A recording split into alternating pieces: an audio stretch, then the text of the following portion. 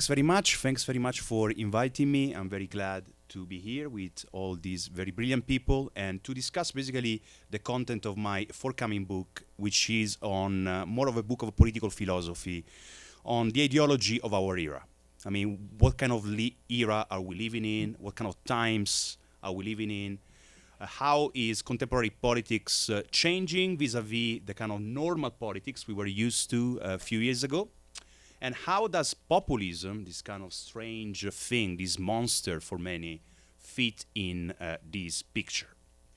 So I'll start with a TV series that I don't know if any of you have seen. It's called Years and Years. In this TV series, there is the main character called Vivian Rook MP, who is a controversial business mogul turned politician, just like Berlusconi in Italy, who shocks the other parliament members in a TV program by saying profanities and mouthing complete disinterest in ethical issues, just like the president of the US. I just don't understand the word anymore, she professes in a mix of personal confession and public denunciation. It made sense until a few years back. The left was the left, the right was the right. What a long time that was. I dread it now, every day. Dread. The sense of shock and dismay that transpired from this scene echoes the disorientation experienced by many people in the present era. At a time when the lasting effects of the Great Recession have rocked the fundaments of our society and mainstream politics is marked by enormous volatility, many people feel like they have lost their moral compass and their political bearings.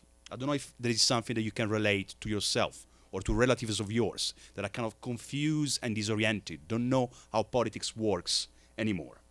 We seem to live in a world out of whack, in a time out of control. And we often hear this expression, the troubled era, the age of anxiety, troubled times, and so on and so forth.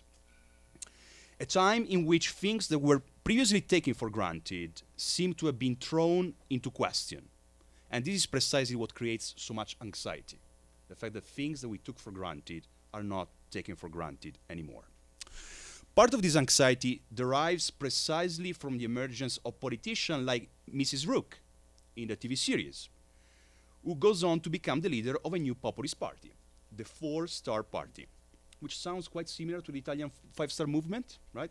Definitely it is styled after them. And indeed, this seems to tell something about the present condition. I mean, a number of events from the Brexit referendum in June 2016, the election of Donald Trump in November 2018, have been major shock for political and business elites and many ordinary citizens alike. They have highlighted how the neoliberal consensus that had dominated world politics for over 30 years was now thrown into question, and politics was in a state of flux. In the aftermath of the 2016 Anglo-Saxon shock, a string of triumphs brought other right-wing populist figures to power, from Bolsonaro in Brazil, you know him all too well, to Salvini in Italy, all figures that have been described as right-wing populists, part of this new populist and right-wing wave. And pessimism has thus become paramount in progressive circles, leading some people to harbor a nostalgia for the familiar politics of the past. Some people call it the nostalgia of the 90s, right? At the time when there was Nirvana, when the first kind of personal computers were there, the Clinton administration, and this feeling of optimism about globalization and the future. Approached from this perspective, populism is perceived as merely a passing disease, perhaps like a virus, something that haven't gotten rid of, just like the serviette we are asked to bin after having used. After that, we will just go back to the old safe times we're used to.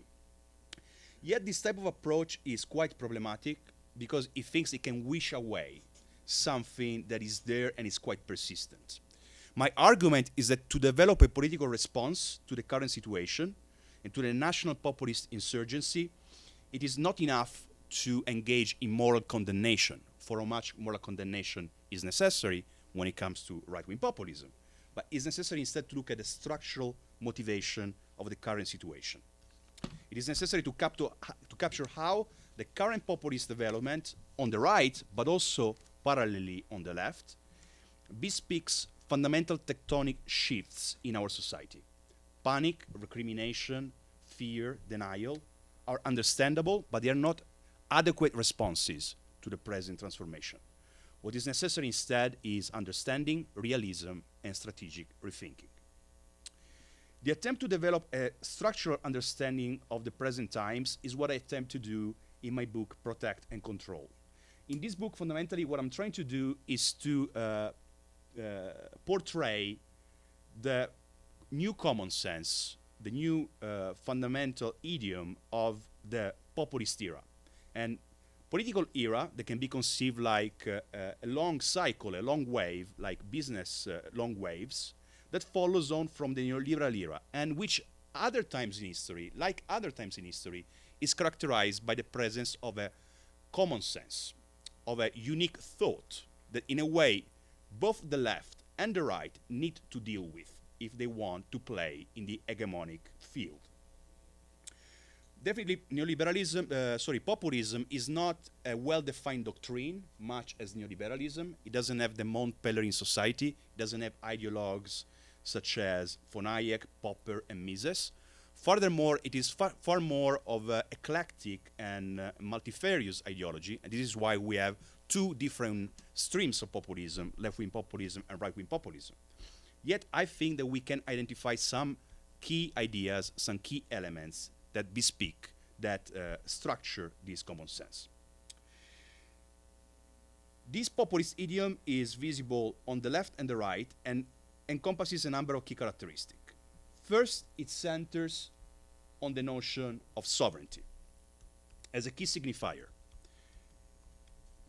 A signifier that is about political domination and the primacy of politics over other activities. Second, this discourse of sovereignty hints at the ideas of protection and control that have become new political priorities across the political spectrum. Here I'm giving you a sort of summary of the book argument before closing in on control. Third, sovereignty, control, and protection are tied to security, to the desire of stability, steadiness, resilience, and safety. All terms that have become very prominent in our era, and we can be sure they will become more prominent after the coronavirus crisis, right? All these questions, all these issues are in a way inevitable. They are part of the political landscape. It's not that one can say, I'm just going to ignore the crisis and safety is not a problem. Yeah? Fourth, in its complex, this political discourse involves a rearticulation of the dialectic interior-exterior, inside and outside. A dialectic which, as we can say, we can agree, is fundamental to the existence of political power. Political power always involves a dialectic inside, outside. And specifically, what we see in the context of populism is, in a way, an endopolitics, a politics of the interior, which is an inversion of the esopolitics of neoliberalism, which was all concerned with the exterior, with the external. We can see in the neoliberal jargon of externalization, external constraints, export, offshoring, and so on and so forth. In the book, I try to portray this emerging ideology referring to a number of authors, from moral economists such as Polanyi and Thompson, to Republican thinkers and social contract thinkers, Hobbes, Machiavelli, and others, and even daring to venture into Hegel and the dialectic between Entäußerung, externalization, and Erinnerung as a phase instead of internalization. This is far too much ground to cover in a talk, and I don't want to spoil the book. So I'm just going to focus on the notion of control that perhaps is the one that is the most familiar in this political jargon. I mean, we all know who popularized the idea of control, the idea that we need to take back control.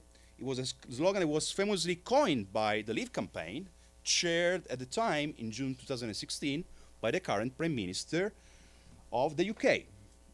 In a number of TV programs and public speeches, Boris Johnson argued that Britain would have taken back control by exiting the European Union. And by taking back control, it would have been able to reassert its democracy and its say on a number of important policy areas. from migration to fisheries to trade and many others, that at the moment were unduly controlled by bureaucrats, technocrats, or better, Eurocrats, based in Brussels and putting ordinary citizens at a disadvantage. The fortune of the term control reaches beyond the confines of the British Isles. In the US, President Donald Trump has often used the imaginary of control. For example, during the 2016 election campaign, he often described the southern border with Mexico as out of control and took aim at the problem of uncontrolled migration. In Europe, Marine Le Pen has said, for example, in 2017, in a radio interview, we are not a free country if we cannot control our territory. But what is interesting for me is the transversality of the discourse of control, which is also the transversality, in a way, of populism. Georges Monbiot, for example, the ecologist activist in Britain, has given various talks where he was talking about how to really take back control. Jeremy Corbyn has often said that he wanted to take back control, but in a completely different way from the one Johnson was proposing. While the leader of France Insoumise, Jean-Luc Mélenchon, has argued that the people are determined to take control of their existence, of their everyday life, in an interview with Jacobin. He argued that people were demanding control over their personal lives and over their immediate and wider environment. People want the power to decide what they will put on their plates, how to protect their health, and how to transform the outrageous division of wealth that we see currently. So what we can see across this gamut of political characters and references is how control has become a common referent for new anti-establishment groups on both the left and the right, which, while being completely different, don't believe in horseshoe theory of populism as they are just the same. As some people like Tony Blair would lead us to believe, while they are very, very different, they share something in common. They share a common jargon and a common series of terms. I mean, some could say that the language of control is merely a figure of speech, right? I mean, language is just language. But this is not true. I mean, political language is rarely just an ornament. Political language is flexible, and this is why we can find the same terms used in completely different way on the left and the right, yet they share something in common, even when they are used in such a polysemic way. What is really interesting for me in looking at control is the way in which it bespeaks a desire for a return of politics and the state, in which it reaffirms a return of the primacy of politics for good or ill. Control indicates the ability of sovereign power to be enacted, its effective capacity to dominate and restrain. It designates the manifold actions, the forms of inspection, verification, and enforcement by means of which political power is effectively performed, right? Regardless of the kind of content that is associated with it, be it a reactionary politic as the one performed on the right, or a progressive politics as the one performed on the left. What matters is that across these different political phenomena, control and sovereignty are coming back. I mean, in a way, we can say that control pertains to transhistorical, to a universal, to an undercurrent element of politics that is often a remark and taken for granted, which, however, resurfaces in this time of crisis, in times in which the terrain on which politics is constituted is cracking up. Stagnating economic systems, rapacious globalization, the weakening of the nation state, global finance, multinational corporations, as well as migrants and cultural elites, the enemies of right-wing populism, these are all the entities blamed for the loss of control. In this light, the rhetoric of control is fundamentally a redemptive rhetoric. It promises to re-establish, to bring back some form of equilibrium and stability that is seen as having been lost. This rhetoric is played out in very different ways on the left and the right, but it's fundamental to establish what these different rhetorics share in common. One of the discoveries I made writing this book, and this is what is beautiful about writing and about researching, is that you discover new things, is the fact that control is actually quite a modern term. You may think that it is a Latin term, you may think that it is a Greek term, but it is not. It is in fact an Anglo-Norman French term.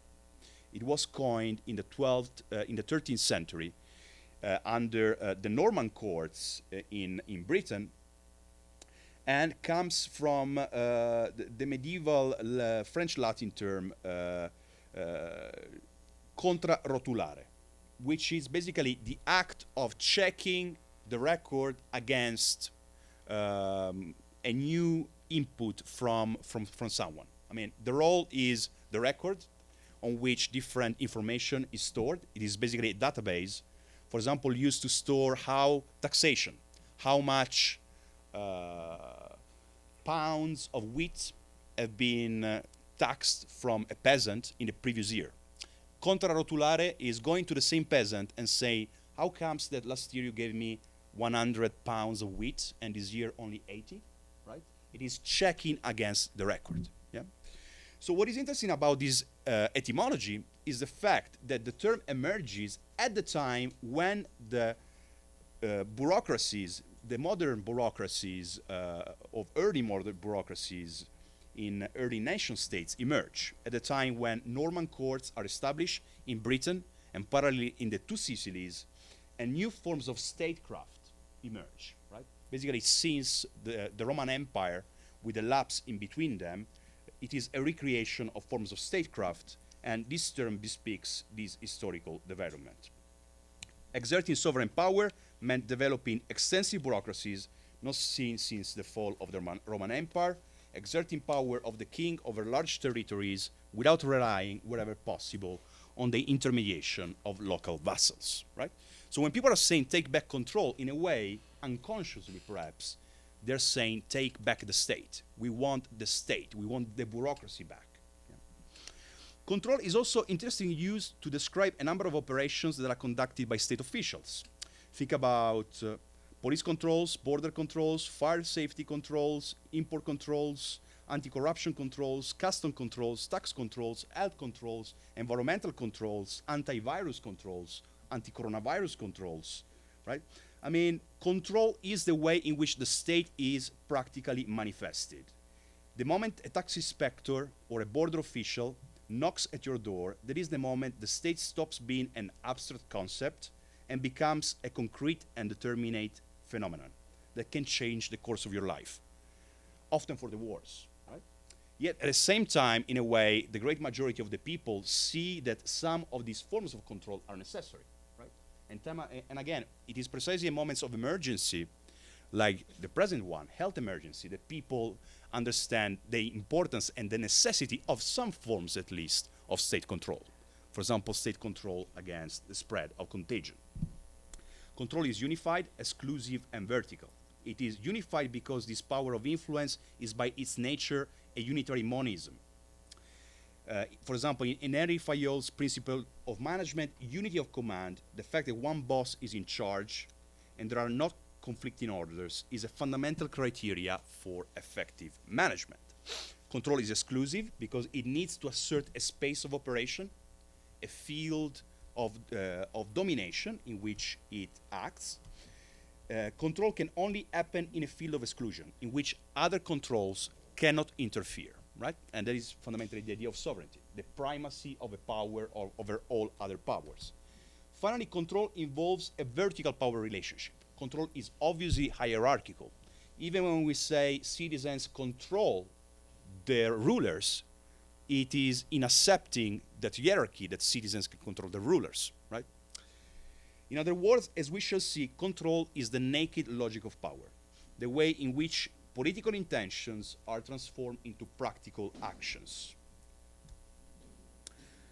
To explore this, I will refer to what is perhaps one of the most famous scenes in political philosophy in the Western canon, the ship of state in Plato's Republic. The idea of control is closely tied with the idea of government as the exercise of power. But in turn, government has been conceived since its inception as involving fundamentally an act of control, and specifically the control exercised by a sea captain over a ship, the ship of state. Government, in fact, derives from the Greek kubernetes, the term that originally refers to the pilot of a ship and gave us both the term gubernatio from Latin and the late modern term cybernetics. Both share the nautical origin of the term, which designates the ability of steering a ship, which is perhaps the most primordial act of control in thalassocratic power. This metaphor has informed our understanding of political leadership. Think about the fact that Mao Zedong was famously known as the helmsman, and in Italy, national populist leader Salvini earned the moniker of captain, right? The idea of the politician as the captain. The imaginary of statecraft as seafaring, I think, is very interesting because it tells us something important about political power. In Book 6 of the Republic, Plato sketches out the following scene. On a ship, different characters are fighting for control. The ship's owner, probably a reference to the people, is good-natured and wise, but a bit deaf and short-sighted, and is under pressure from a crew of despondent sailors who want to take control without having the necessary ability. The sailors are divided against one another over the steering, with each one imagining that he ought to be at the helm. They drink and feast, thus endangering the integrity of the ship. The third character is instead the wise captain, who is educated and expert in all the things related to seafaring, but he struggles to discipline the unruly crew because he considers that his clearly superior knowledge does not need any other form of legitimation. The wise captain is the philosopher king, who according to Plato should rule the state. Doesn't it look very much like the neoliberal experts, the technocrats, that were so much despised in the Brexit referendum and in other populist insurgencies? The disobedient sailors entreating the ship owner are populist politicians. They look very much like the Leave team who led Britain into the breakup with the EU on the basis of false arguments and without preparation. And is not the drunk ship owner a comment on how the actual people composing the electorate often find themselves led astray by false promises in contemporary democracy? Regardless of the exact roles, what matters in this allegory is that the ship represents the state as a machinery over which different political forces battle for control, presenting more or less legitimate claims to power. The ship has become a metaphor of statecraft and political control because it is the first large machine constructed by human beings, dwarfing any other tool or object developed in ancient times. Therefore, it bears a similarity to the enormous machinery that is the state, an artificial body or a mortal god, as Hobbes would have it. The state can be considered as a vehicle to be steered in a certain direction through the unified command over a specific apparatus made of ministries and administrative branches which are similar to the various components of the ship: the axle, the spindle, the barrel, and the rudder. Political leadership involves controlling this complex machine made of different moving parts amid a highly uncertain sea. This technical or machinic nature of control is most clearly articulated in the field of cybernetics, which also takes its name from the Greek word kubernetes. The discipline founded by Norbert Wiener, which has been instrumental in many post-war interventions, starting from informatics, was defined as the scientific study of control and communication in the animal and machine, and was concerned precisely with the way in which communication contributes to the regulation of complex systems. For Wiener, and this is decisive, control lies in the capacity of complex systems to regulate input and output, and to establish a correspondence between the two. In the case of cybernetic systems, these input and output are fundamentally having to do with information. For example, your computer browsing on the internet is constantly dealing with inputs and outputs. In the case of the state, instead, this input and output revolves around a number of flows that are crisscrossing and have always crisscrossed the territory controlled by the state. Think about goods, think about capital, think about people, think about anything that is constantly ignoring, in a way, the borders of the state. the ability of the state to govern itself is not about barring off these flows, but it's about governing them. It's about managing these flows in different ways. There is no control without autonomy as well. And the second element that I want to talk about is control as a machinic process, and the second element is control and autonomy, or self-government. There is no control without autonomy, namely the capacity of political communities to assert some degree of independence from the surrounding world. The ship is in fact at the same time immersed in water, it is immersed in an external environment, but it is also separated and impermeable to it. Right? It cannot work if it doesn't have these two things. Similarly, the state is located in a broader planetary space and confronted with other social forces, but it owes its ability to move and to act to its capacity to assert a certain degree of autonomy from the broader environment. So this is fundamentally fundamental to political philosophy. Again, in Plato and Aristotle, the two first canonic authors of Western political philosophy, we find this idea of the centrality of autonomy. I mean, this is seen in Aristotle's discussion of self-sufficiency or independence, expressed in classical Greek with the notion of autarkeia, like, from which the modern term autarky derives. Aristotle provides a famous definition of the city-state. For a city-state is not just any chance multitude, but one that is self-sufficient with regard to life, as we say. And later on, he redoubles this by saying that self-sufficiency is having everything and needing nothing. Yeah?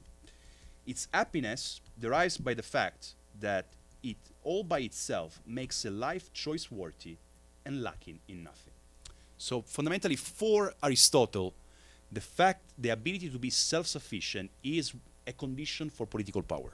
Unless you have at least some degree of self-sufficiency, economic, social, and political, you cannot make any political decision. You have no autonomy. You don't have the ability to govern yourself, and therefore you don't have the ability to take political decisions. You don't have the ability to control your destiny. So this means, in the case of Aristotle, for example, the polity needs to be able to produce the goods that are necessary to its reproduction. And which means that producing the goods necessary for its reproduction, it is not dependent on other city-states, right? That would be able, therefore, to distort the decision made by a given political community. Aristotle prescribes that countries should carefully limit the number of merchants who reside in the community, so to avoid that their economic welfare becomes too dependent on what today we may call international trade. Lack of self-sufficiency could rapidly lead to the lack of control and therefore ultimately to slavery, right? I mean, now obviously there is a danger in the argument of Aristotle, right? In a sense that when he's talking about merchants, it is talking about foreigners.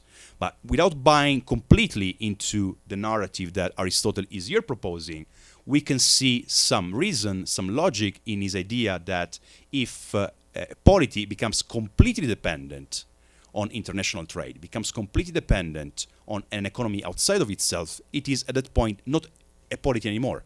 It is not a political community because it cannot make political decisions about its destiny.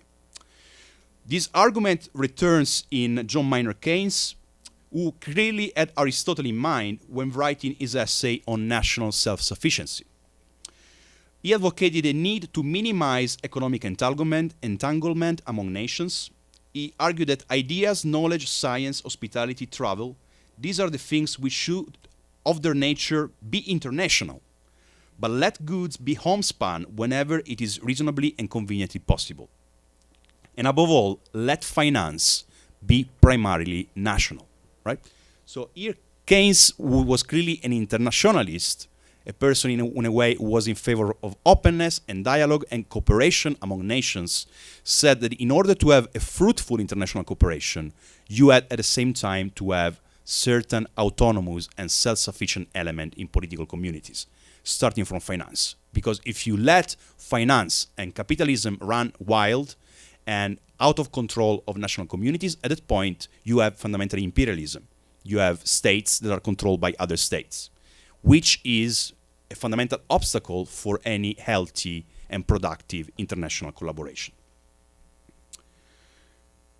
I mean, in fact, there are many cases in which the recommendations made by Aristotle and many centuries later by John Maynard Keynes are being ignored in the present state of globalization. I mean, think about Greece and what happened to it in the European Union during the sovereign crisis, and how it was forced to sign a memorandum with the Troika, composed by the European Central Bank, the IMF, and the Eurogroup, which told the Greek government to sell some of its key assets, including airports and railways. Right? These are strategic infrastructures which people like Keynes, a social democrat, right, not a crazy whatever extremist, would have obviously recommend as fundamental tools, as fundamental structures that any self-governed political community would want to keep for itself. So one would wonder really what Keynes or what Aristotle would think of that. There are many reasons why economists such as Keynes have recommended self-sufficiency precisely as a condition for international collaboration, not as a condition for nationalism. First, a degree of self-sufficiency asserts the need for a social contract between corporations and the country's citizens. It means that companies operating in a territory cannot ignore the will of the citizens, which they can instead do if they are completely externalized. Right? And this is why neoliberal capitalism proceeded through externalization, because it wanted to defeat the working class by outsourcing it to other countries and by ignoring the will of its citizens. Secondly, self-sufficiency strengthens a country's political independence, because a country that, for instance, imports the majority of its food or energy from abroad is insecure, especially in the case of emergencies. Right? Think about the blackmail power that during emergencies countries that are completely reliant on other countries can have. Right? So some degree of autonomy is actually the fundamental condition for equality among different political communities, and therefore for productive relationships among these communities. So obviously what I want to argue here is not a defense of nationalism or of national sovereignty, nor a defense of globalism. In a way, in the current era, we are faced with these two false absolutes, globalism and sovereignism. Right? The first claim that basically all the plurality of political communities should be eliminated because it is out of date. We need to have a global government, a global world. It doesn't make sense to have national communities, ignoring a pair of things, such as the existence of cultures, such as identity, such as the fact that there is geography. And as Montesquieu and Rousseau have told us, it is part of the geography of the planet, the fact that political communities have aggregated in different world areas and have built different civilizations. Right? On the other hand, we have sovereignism, which fundamentally claims the need for a total autarky, believes that we can, in a way, go back to a golden era of the nation state, which in fact never existed, in which countries were completely self-sufficient, which they never were. Right? So what is interesting about these two false absolutes, these two extreme scenarios, is that they reject the dialectic inside and outside. They both have no outside. Globalism has no outside because it thinks that the only legitimate space for politics is the global, which means all the space of the planet, which means that it has no outside until a foreign alien civilization is discovered, right? In turn, sovereignism has no outside because it thinks that politics only happens within the narrow confines of the nation state. So what is crucial, I think, here is to reflect in a nuanced way about the transformation of politics in the post-neoliberal era, in the post-global era. I think there are many signs that globalization or monopolar globalization, as we have known it during the 90s and the 2000s, is over, or will soon be over in the form we have known it. I mean, from global trade that is decreasing quite considerably, to the interconnectedness in terms of global value chains that is taking a hit, And also, as a result of the coronavirus crisis, many multinationals are thinking about the viability of very long global value chains. And there are many experts that are telling us that we are moving instead towards a more regionalization model, a more multipolar globalization model, where we see a restructuring of economic activities and field of power and control. So what we should aim for is not the idea of an isolation from surrounding reality, nor we should ignore the fact that this narrative of control speaks to a widespread perception of loss of control, which is a result of economic globalization. The economic interconnectedness that has been produced by neoliberalism, the rise of multinational corporations, the integration of global finance, has meant that some decisions that were in the hands of political communities are not in their hands anymore, right? And therefore, we should not take certain manifestations of populism as purely irrational, right? Because they derive from real circumstances, from the fact that, for example, countries that are part of the European Union, a part of the Euro system, are not able to make choices, for example, about their monetary policies, that they were able to make before that. So this perception of a loss of control is represented also in psychology, where, for example, today the rising crisis is a crisis of anxiety, which is a pathology that has to do with a perception of loss of control, and particularly agoraphobia, which is also an illness that many people see as increasing in recent years, which is a fear of open spaces. Right? A fear of being in a space that you cannot control, where you're merely exposed to forces outside of you that have an effect on you and on your ability to act. So in this situation, it is in a way rational that people are demanding forms of control about their individual life and about their collective destiny. The question is what kind of response political forces issue to that demand, how they respond to that demand, which in a way is inevitable. It's not a demand that can be ignored because it stems from real structural transformations.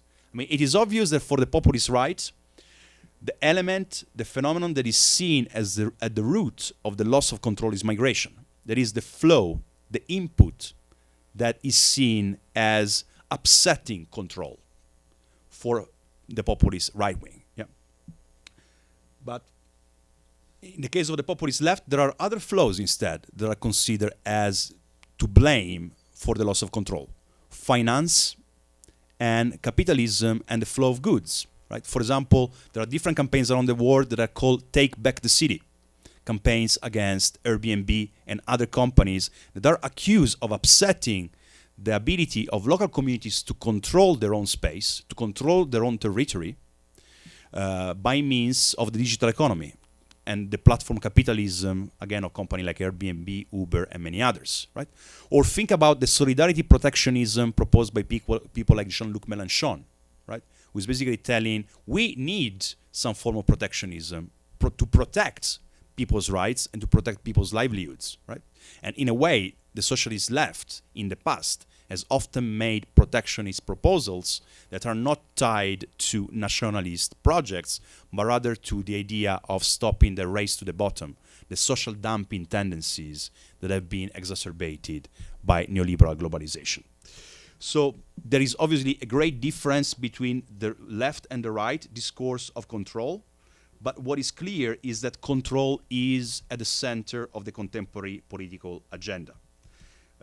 Because after the failure of globalization, the crisis of globalization has demonstrated that abandoning forms of control that were previously available to political institutions has not produced the positive results that were predicted by the ideologues of globalization.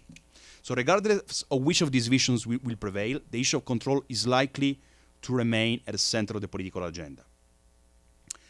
And the contemporary political imaginary is shifting towards the view of a homeostatic politics where what is fundamental to politics is to reassert some forms of control, protecting the people from the ravages of financial and capitalist markets. who will develop the most effective and convincing narrative of control will be the actor that will be in control of politics in the post-neoliberal era. Thanks.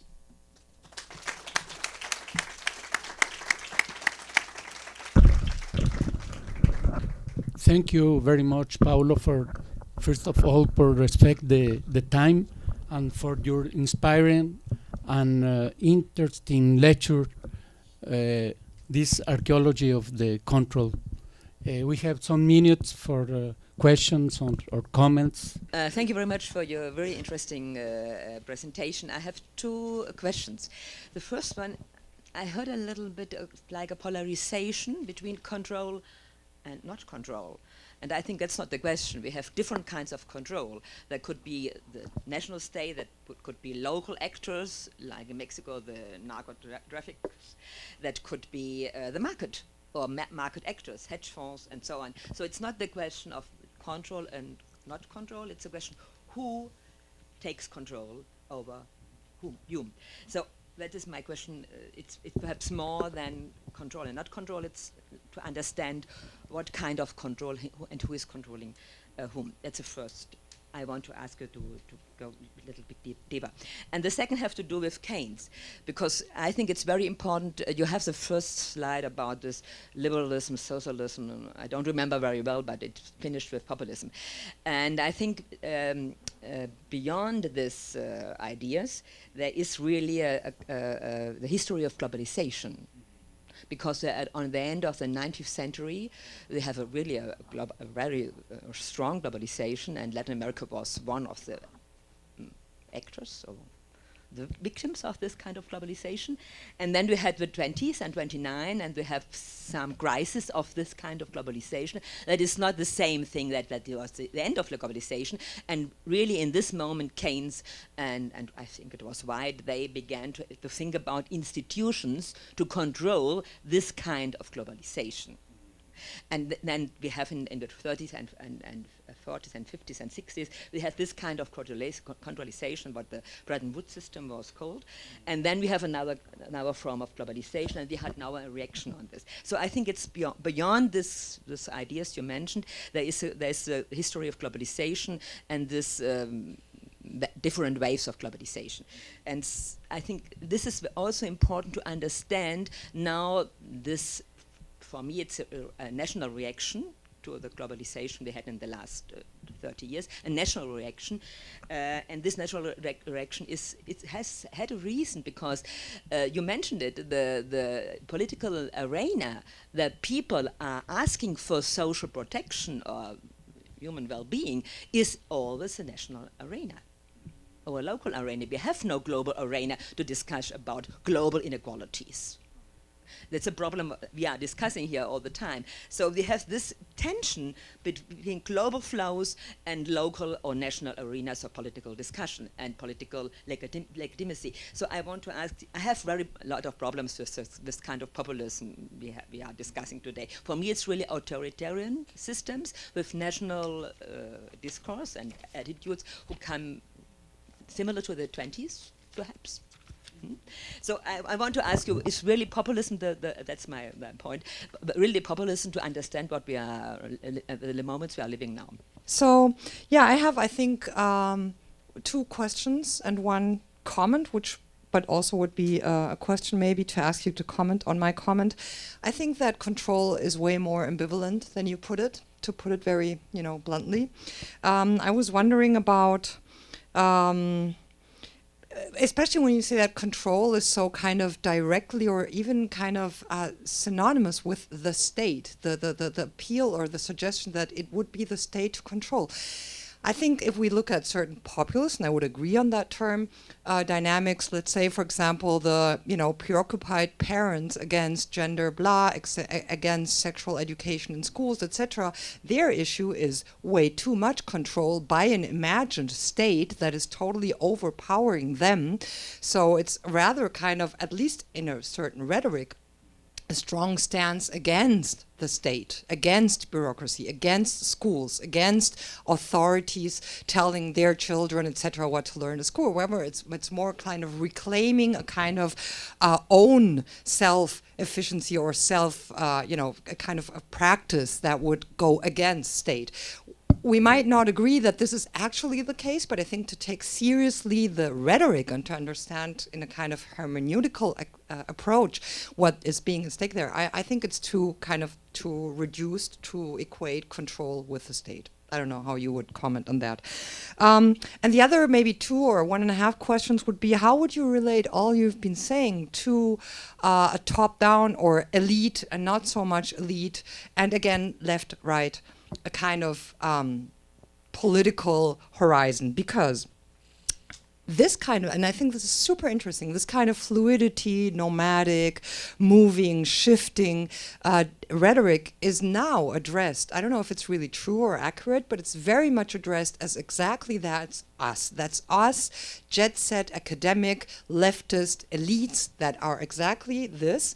And it's very much addressed in the political arena as something that kind of leftish, liberal elites with a lot of power do, and it connects to anti-Semitic tropes of mobility, etc. So it goes way back, this kind of unrootedness and mobility that accompanies modernity as a kind of problem also for long. So I think that goes way deeper. So yeah, I'll keep it there because I think this kind of does actually relate to a left, right, and top-down political horizon. Yeah. Thank you so much, Paulo, for the presentation.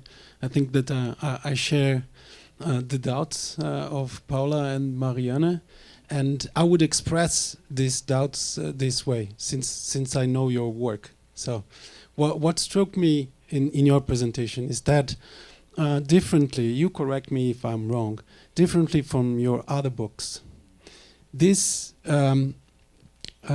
begins with discourse analysis. So this is discourse. And then you go to models of society like Aristotle or Keynes. And then you have a sort of different layers and levels that are coming together. In your other books, you had social movements there. So the mask and the flag, you have the movements.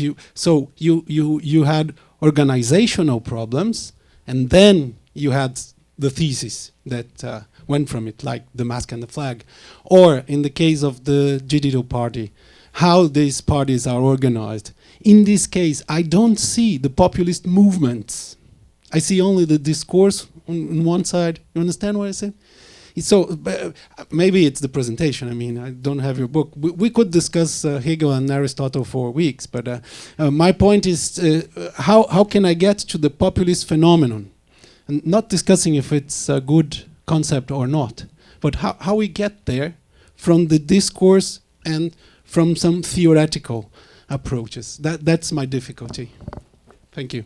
I mean, on this question, I think it's widely, accepted. It's a category that is widely used. I mean, both negatively and positively. I mean, both in the discourse on the left, people like Chantal Mouffe and Ernesto Laclau have talked about left populism. Some movements like Podemos has self-defined as left populist, and Francis Sumis as self-defined as left populist. The same with Bernie Sanders has been seen as left populist because of his anti-elitist agenda. On the other hand, people like Steve Bannon have said basically the alternative is between a national populism and a socialist populism, the one of Corbyn, socialist populism of the one of Trump, national populism.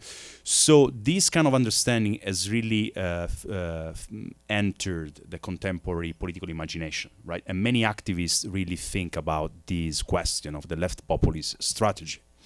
Now, obviously, as all conceptions and hypotheses, it has some limits, it has some loopholes, but it bespeaks something important. I mean, I think it bespeaks two fundamental things. First, that both the left and the right, while the liberal left and the liberal right, the centrist left and right, the center left and the center right, as they were called, fought for the middle class, for the middle of society, the aspirational middle class in different ways.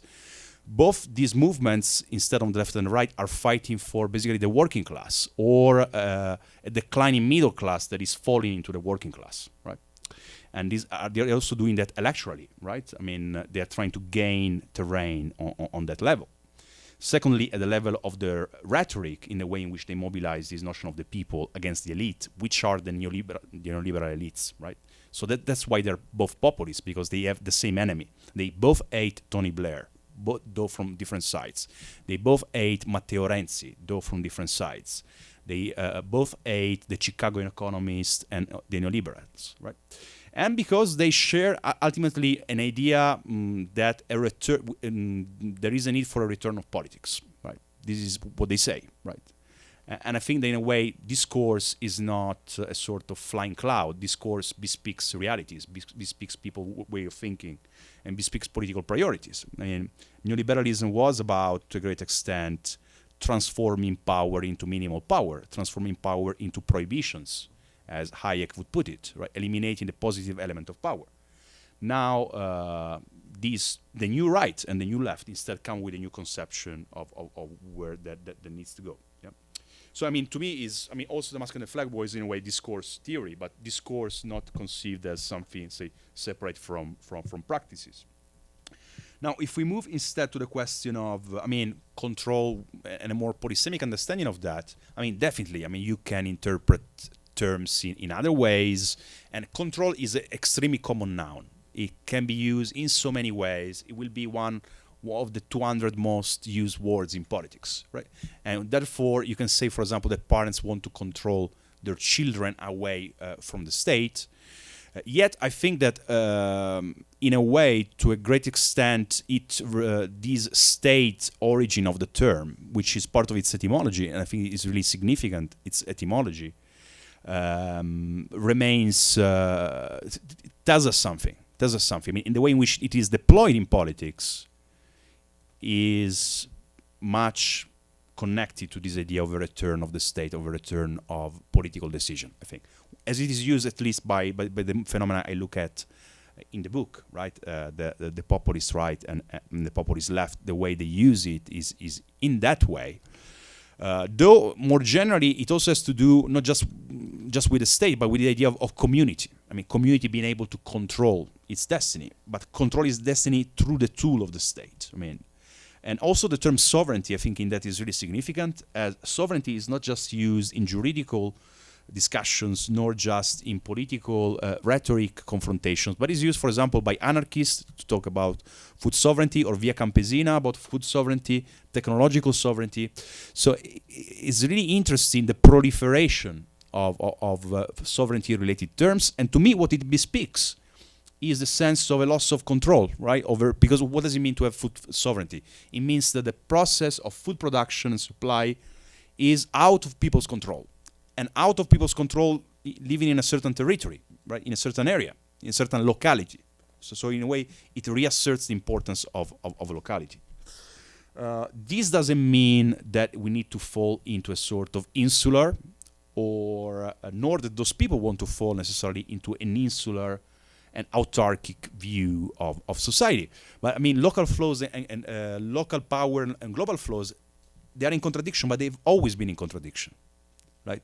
Antonio Gramsci remarked on the cosmopolitanism of the economy and the nationalism of politics.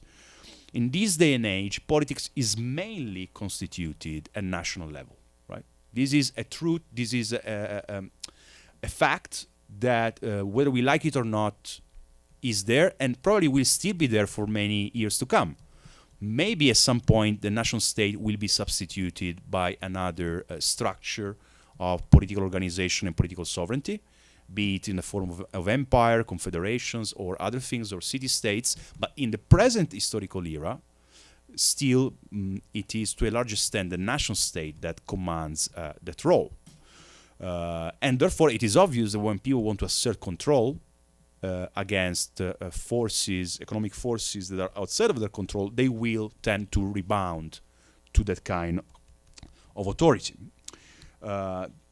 So I'd say that there is a sort of quite widespread acceptance on the left that a more realistic and pragmatic understanding of the state needs to be recuperated, right? Beyond the Holloway's view of changing the world without taking power, there's been a long time of anti-statism on the left, this enamorment with social movements and civil society as the only actors of social change. And I think in recent times there's been a sort of neo-modernist turn in which people are thinking back about the importance of states and parties as the way in which you take the state, because they are still the means through which legitimate political power can, to a great extent, be exercised.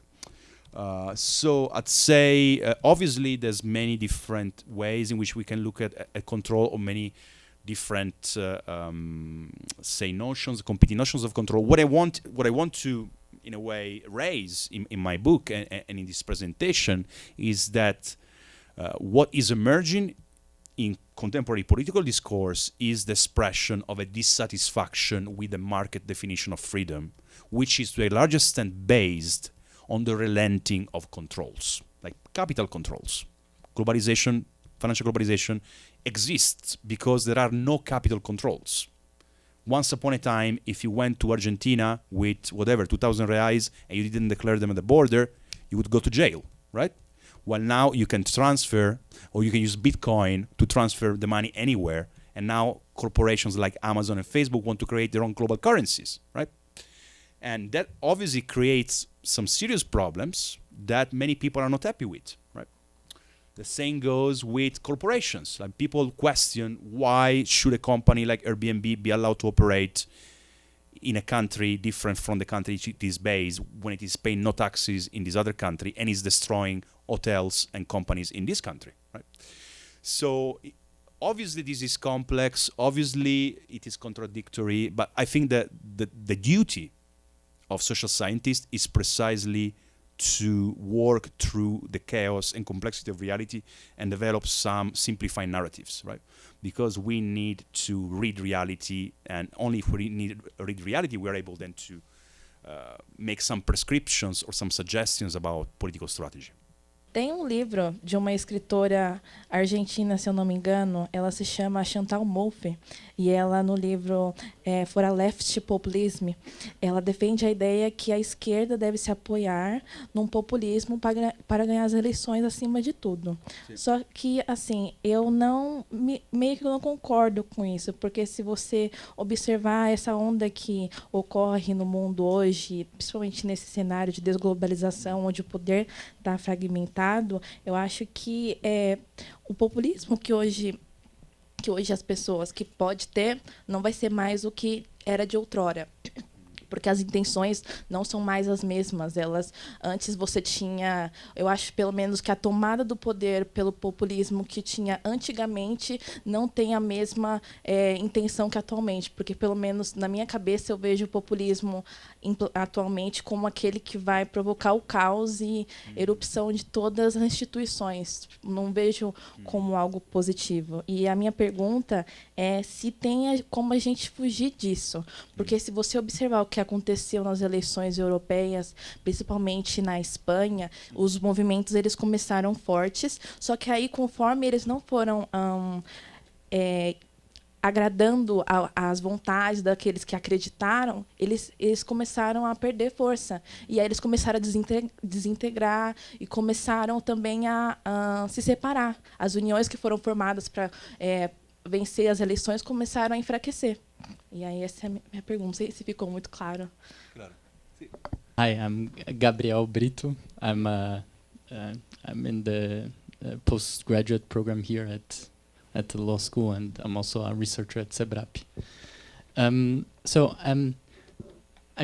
sorry to go back to this. It's kind of speaks to what Marcus said and what Paula and sorry, I forgot your name already. Marianne already mentioned.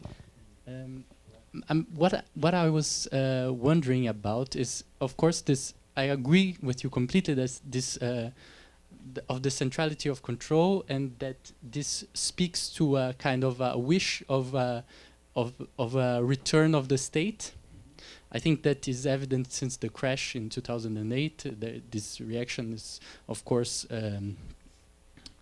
it's clear. But I think control is also more than that.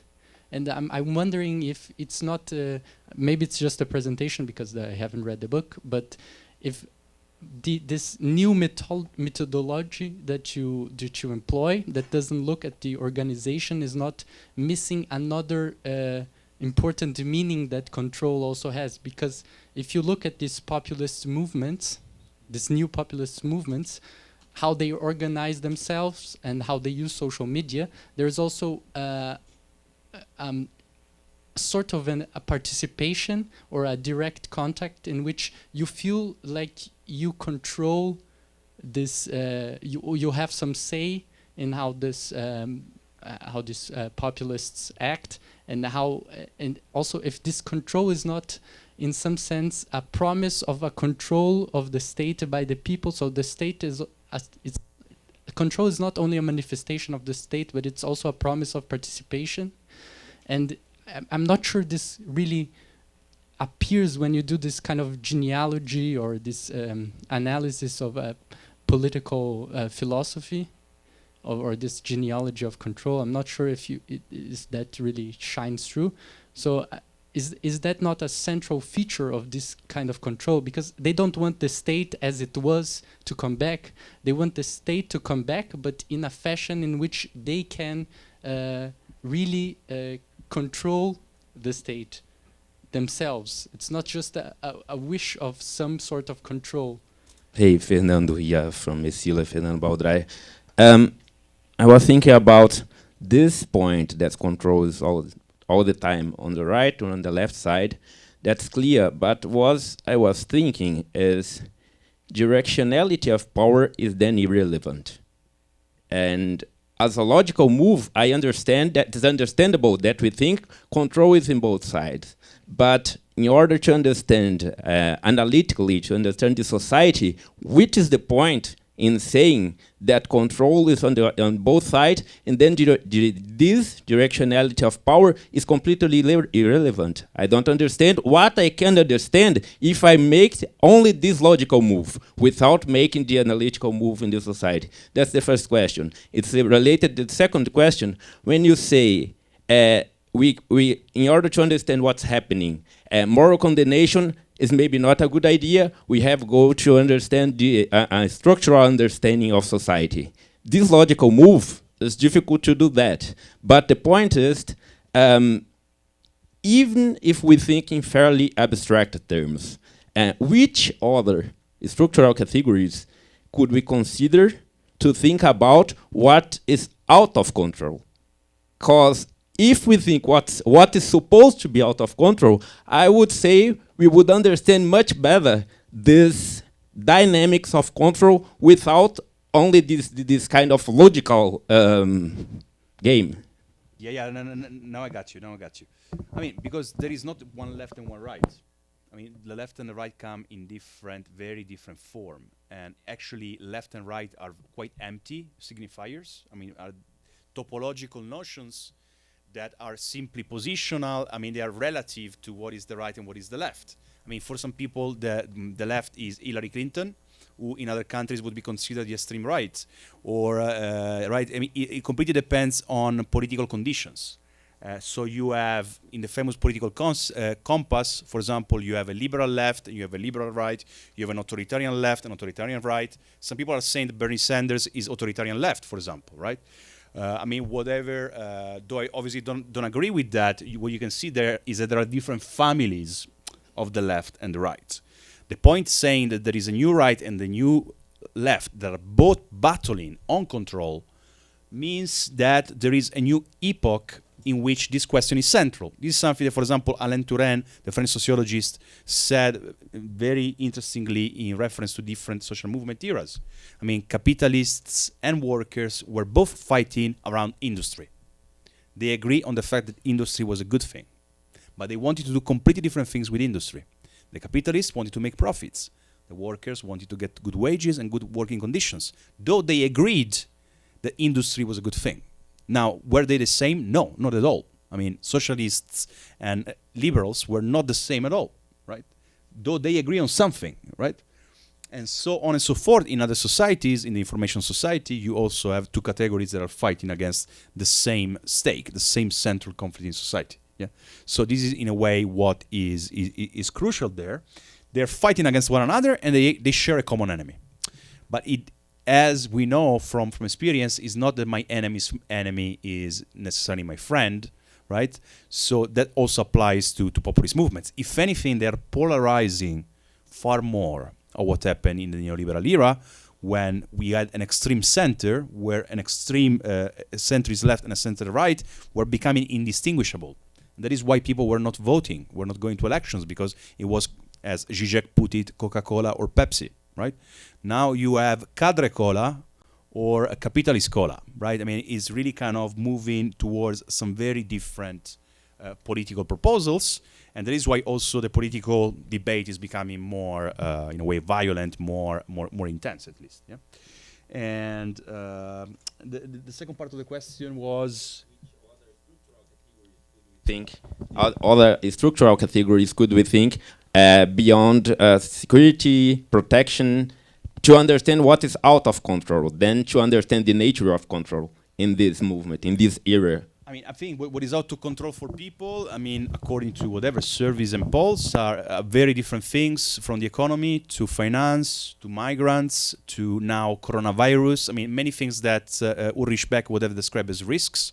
Climate change, right? People are afraid of chaos, are afraid of things that are threatening society's stability, right? I think this is not something that I've invented. In a sense, it's something that is quite part of debate, or current debate, that people are afraid of instability and risk.